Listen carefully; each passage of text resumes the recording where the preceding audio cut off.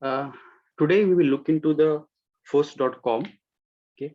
Anybody wants to share your screen related to the force.com and explain the content? In the last class, we had given it as a team activity. Anyone is planning to do, or shall I go ahead?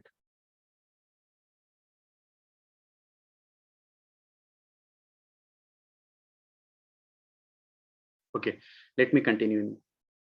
Basically, force.com is a fast type of a service provided by the salesforce.com.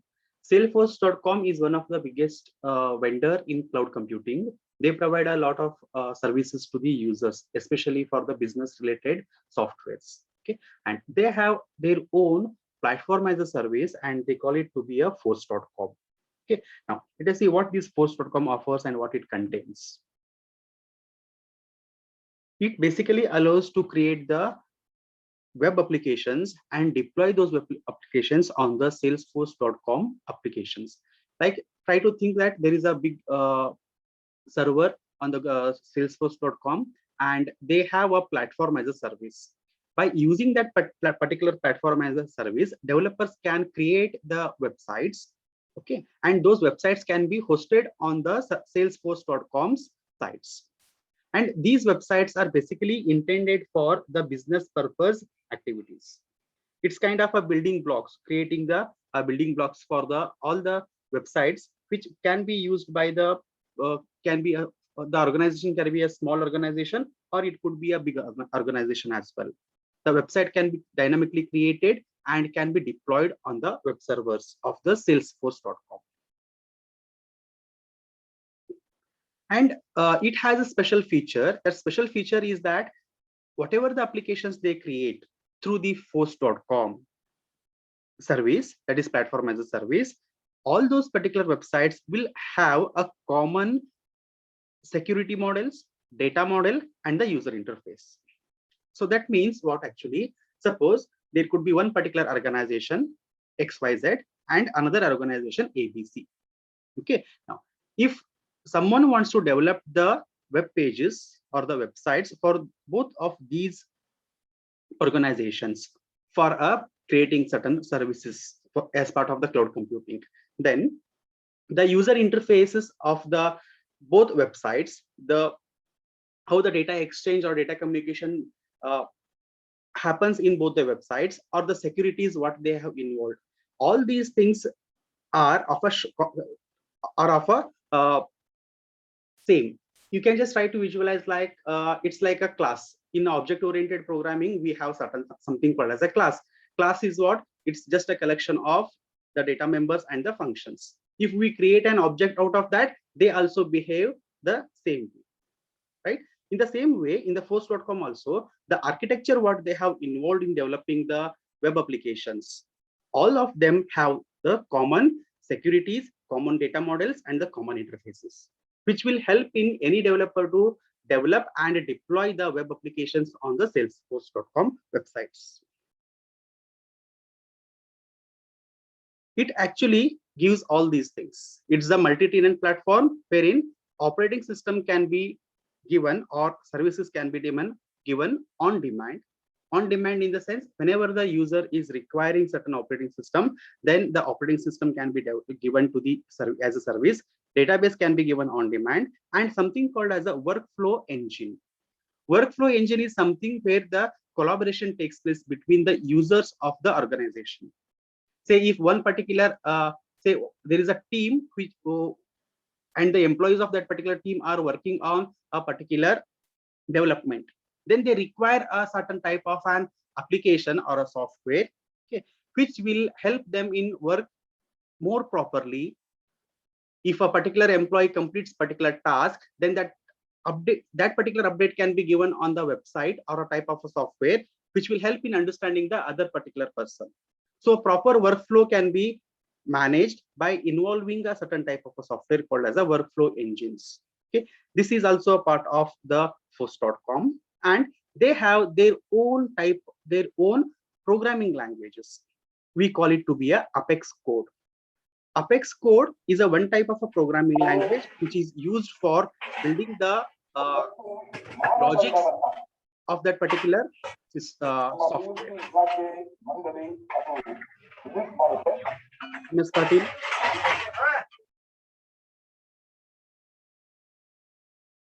Apex Code is only designed, it's designed by the salesforce.com for their developers. Okay, this is a special type of a programming language which they use in order to develop the complex logics. Okay, most of the time these Apex code is used to develop something called as a CRM applications, where the customer relationship management softwares can be developed. Okay, and they also have something called as a Visual Force. Visual Force is nothing but it's a kind of a framework.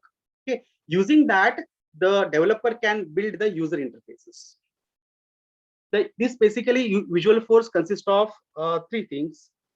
First one is JavaScript, HTML, and something called as a Flex for integrating those things.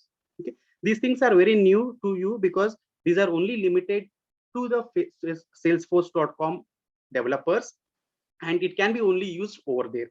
They have their own SQL.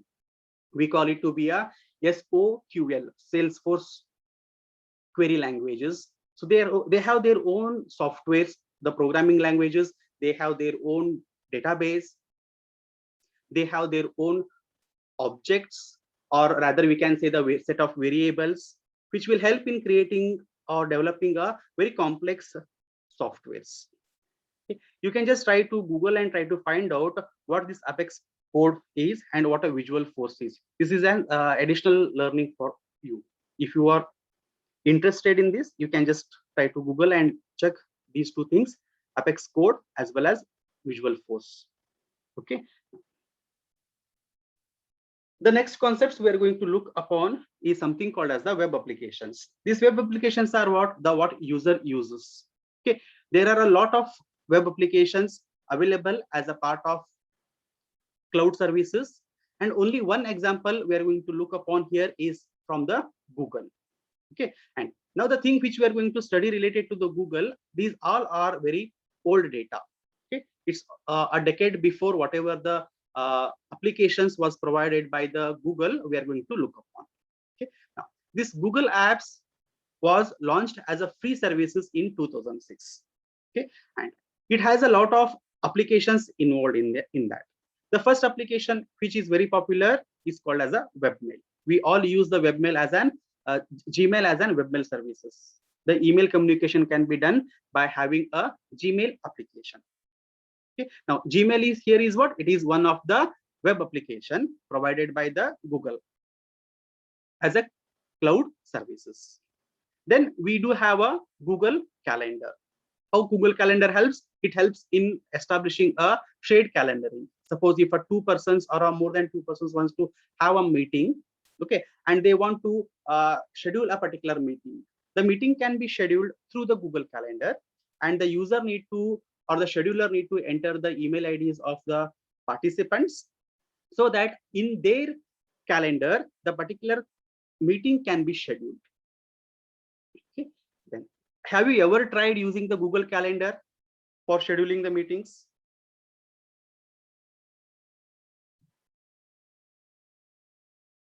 I don't think so you have used it. Probably you have only used to just check the dates and the calendar. Apart from that, you have not used it for scheduling the meetings. Okay, you can just try to explore that particular part, how we can schedule the meetings using the Google Calendar for the shared peoples. Okay, then Google Talk. Okay, now have you heard about Google Talk anytime?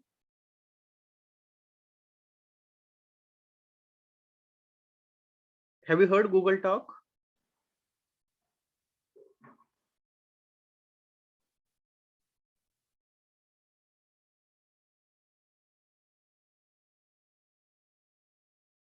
Am I audible, students?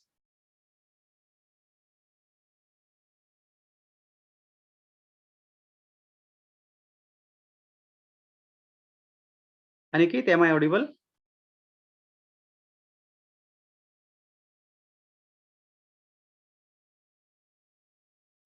Yes, yes, you are audible. Okay. Have you ever heard this Google Talk?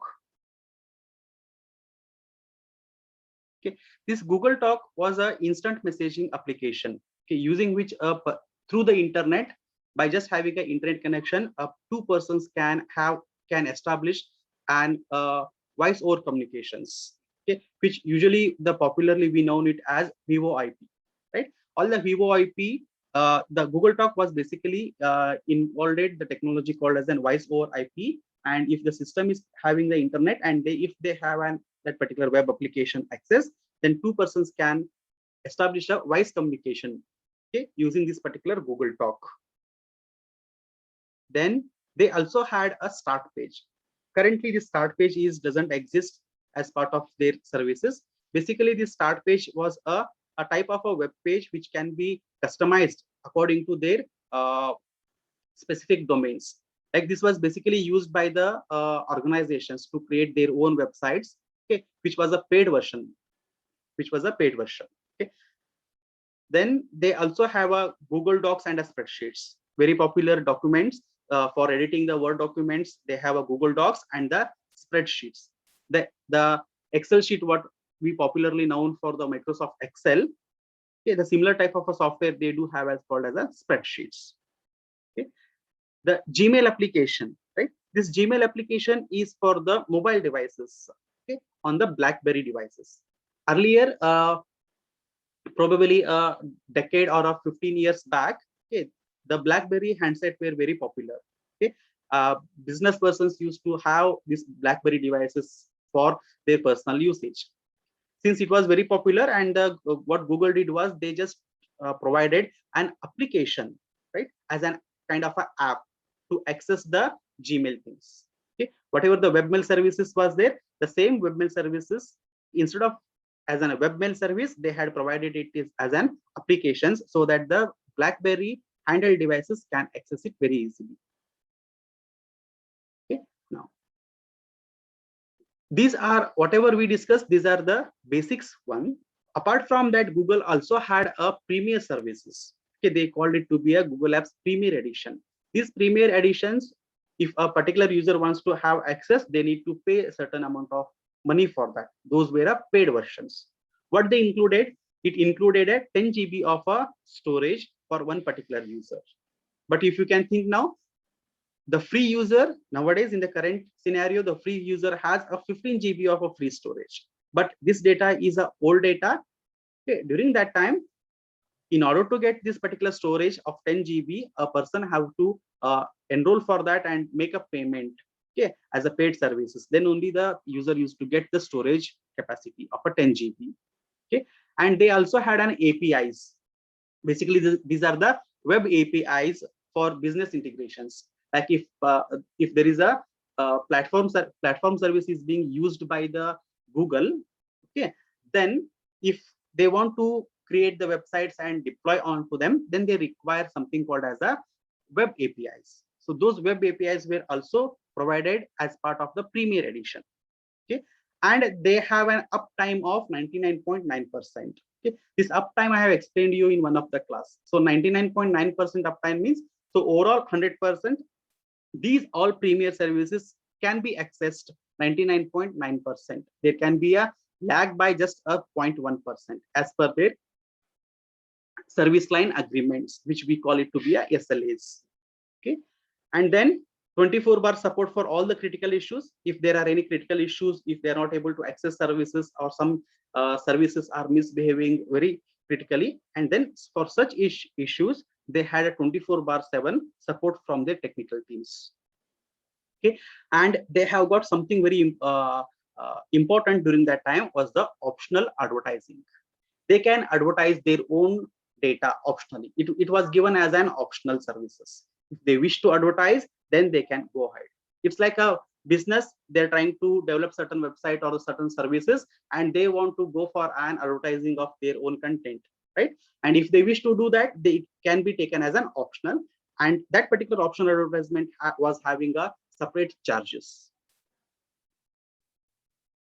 And all these things, whatever the Premier Edition they were giving to the users, compared to the any other vendor, the price of those services were very less when it was compared to the other services like the Microsoft one, or if it was compared to the Salesforce web services, the Google's prices were comparatively less. Okay, see, this all data is a old data. Now these things may not be applicable in the current generation. Now this Premier Edition, the Google don't call it to be a Premier Edition, they just call it to be a G Suite. Now they call it to be a G Suite. They have a different plans per month basis or every annual basis. Okay, and they have a lot of services, and each services have a different price tags.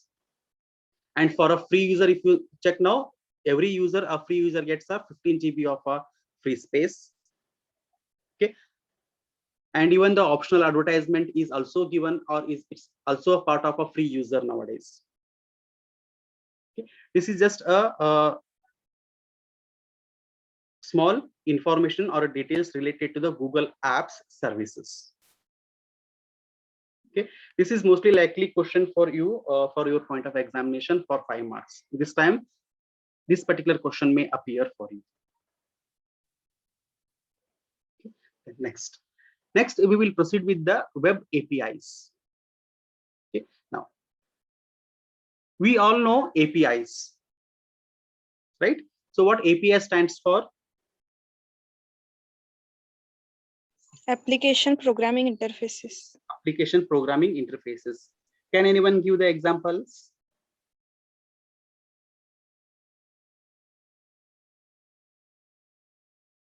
Any example of APIs if you have used it?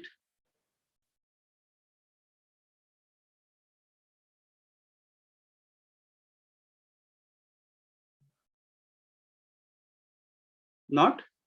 I will leave it for you. You just try to check what type of APIs you have learned, or whether you have used it or not. Okay. Now, web APIs basically, again, these are the application programming interfaces for the web applications, which will help a particular programmer to use these web applications or web APIs, and the programming instructions and the standards can be accessed using these APIs. That means if there is a client and if there is a server, and if we want to have this particular communication between the server and the client, then these web APIs plays a major role in that one.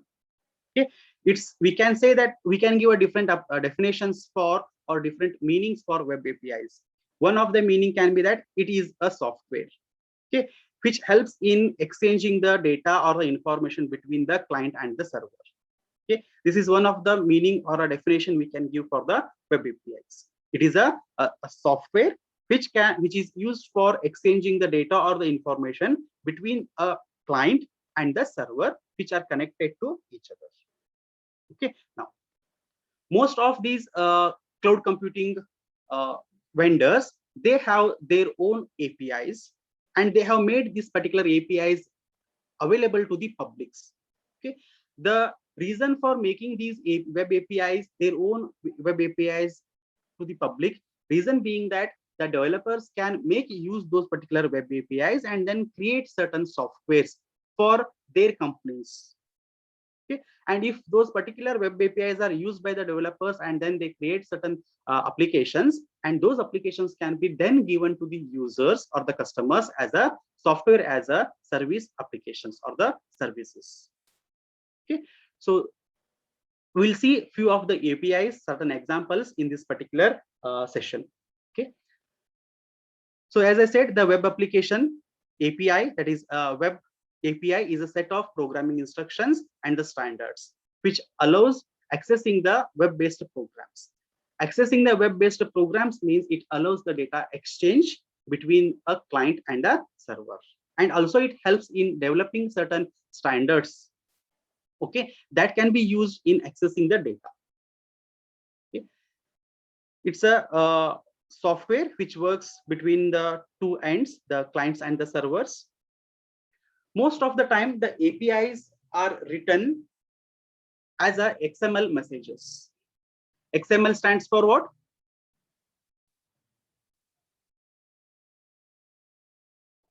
Extensible Markup Language. Yes, extensible markup language. Okay, in the earlier days when these APIs were started, during that time most of these web APIs were majorly they were using XMLs.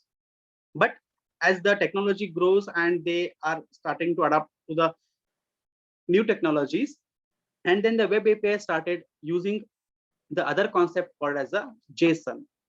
JSON. Have you heard of this word? JSON? JavaScript Object Notation. Okay.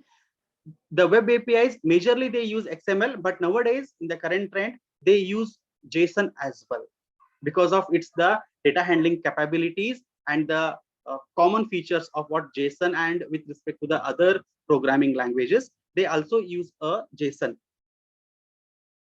Okay. Now there is something called as a API callbacks. These API callbacks are nothing but kind of a function calls, you can say. When we have a particular, suppose if you want to correlate it with, say, if you write a particular program, right, there will be a main function. The main function will invoke or will call user defined functions, right? That invokes, or we say that the one particular function invokes the other function, right? Then once that particular function gets executed, it will come back to the function which is being called by. So there will be a call flow and the callback. That particular mechanism can also be achieved by this particular APIs, something called as the API callbacks. These API callbacks are related to the JavaScripts. Okay. We know that the web applications have the JavaScripts to make or to behave those particular websites to be a dynamic in nature. Okay. In order to work that one, there need to be something called as an API callbacks, which will manage all the web services. It may call particular web script or the JavaScript on a particular client itself, or it may try to get in touch with the server and then download those particular JavaScripts on the local website, and then do the callback to those particular JavaScripts. Yes, that's what this point I have just already covered it. The web services are a collection of standards, including the XML. Okay, along with the XML, they may have a different programming languages. Okay, using those things, applications can be used to communicate between the servers and the clients. One of the example for your web API is Google Gadgets. This Google Gadgets API, again, it was a old one.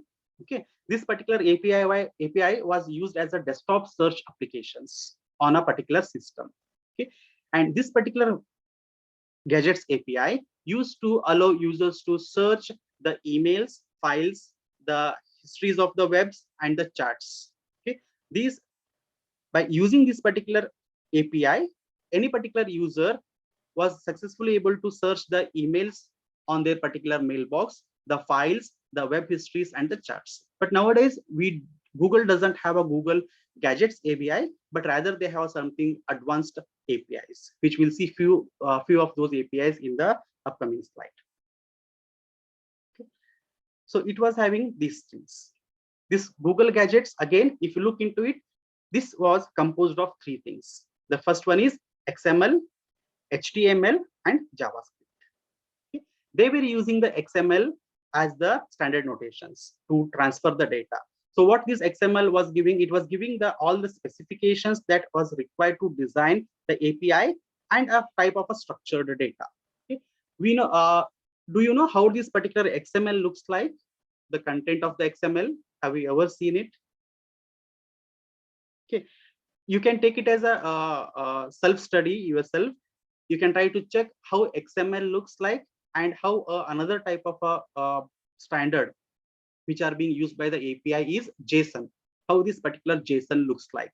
Okay, the data in the XML and the data in the JSON, that is JavaScript object notation, how it looks, and the advantages of this XML over the JSON, or the other way also. The advantages of JSON over the XML, it would be more appropriate. Okay, how the JSON and the XML behaves. Okay, then they, as a front end, they had a HTML. Okay, using which basically HTML job was to just put the messages or the content in a proper format to on the client side, and the JavaScripts, which will provide the support of the dynamic content. So using these three technologies, XML and HTML and JavaScript, a type of a gadget or you can say a web API was developed by the Google, and they call it to be a Google Desktop Search Web API. Okay, what it used to allow? It used to allow the email, searching the emails, files, web histories, and the charts. Okay, this can be of a 2 marks question for you. Okay, write a small note on the Google Gadgets API.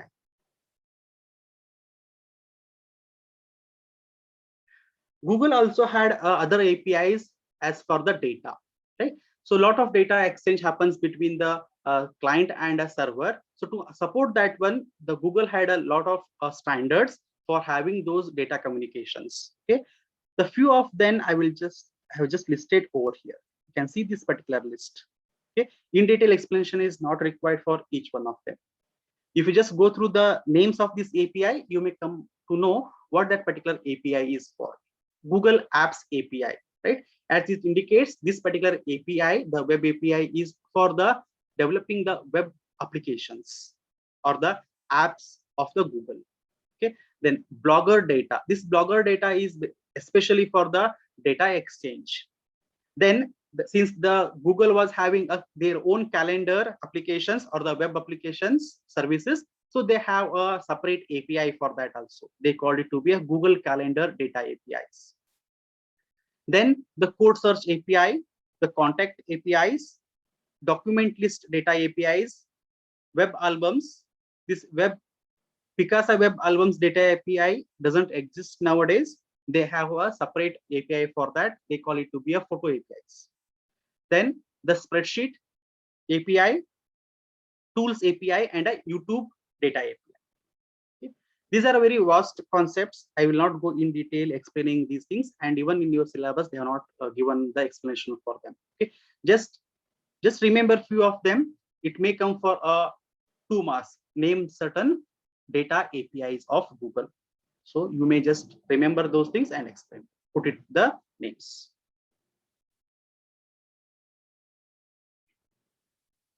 The another API, which as an example, we have taken it to be a GoGrid. Okay, GoGrid, it allows again developers to control the interaction between the cloud hosting infrastructures with the cloud. Okay, now this GoGrid has these things: managing the addresses, managing the services, and managing the billing details of the particular user or the customer with respect to the vendor. Okay, the programming languages supported by the GoGrid are Java, PHP, Python, and Ruby. Okay, have you ever heard about Ruby programming language or a scripting language?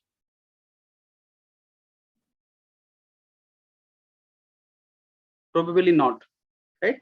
The first three are very popular, and GoGrid nowadays they don't rely on Ruby, they are relying more on the Python, because they use a data handling or a data capabilities using the JSON files.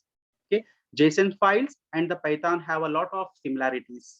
The content, how it is stored in the JSON files, and that content can be very easily read by the Python code. Okay, so they make use of this particular Python here.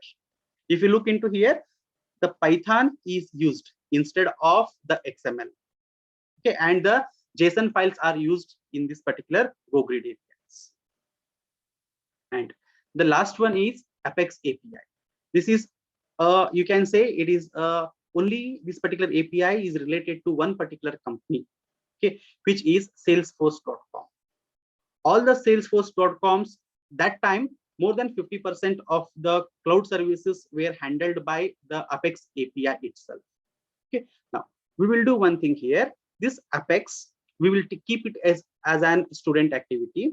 Okay, now what I would ask is that by the next class, you collect the details related to the Apex API, what a Apex API is, what is Apex code, and the Visual Force. Please make a note of these three things: Apex API, Apex programming code, or you can call it to be Apex code programming language, and the third is Visual Force. Okay, on these three topics, you collect the activities, you collect the information, and next class it will be a discussion. So we will discuss upon this particular Apex API. You can make out, if you want to share your screen, you can make out a PPTs and then try to put it. So this activity will be considered as a student activity, and whoever gives the presentation, for them the assignments marks will be given for them. You know that there are certain assignments marks we need to provide, where earlier we used to ask students to write certain notes, right, repeatedly. Certain few questions we used to give, and students used to write and submit it back, and those were considered as a assignment marks. But here, in this particular semester, for this cloud computing, the assignment marks will be taken for this particular Apex API. Okay, whoever does this one, the demonstration, for them it will be a marks will be given. You need to let me know who is doing, so that I can consider. If more than 2 or 3 persons wants to give the presentation, and if they don't get a chance now, definitely they will get a chance for the upcoming sessions.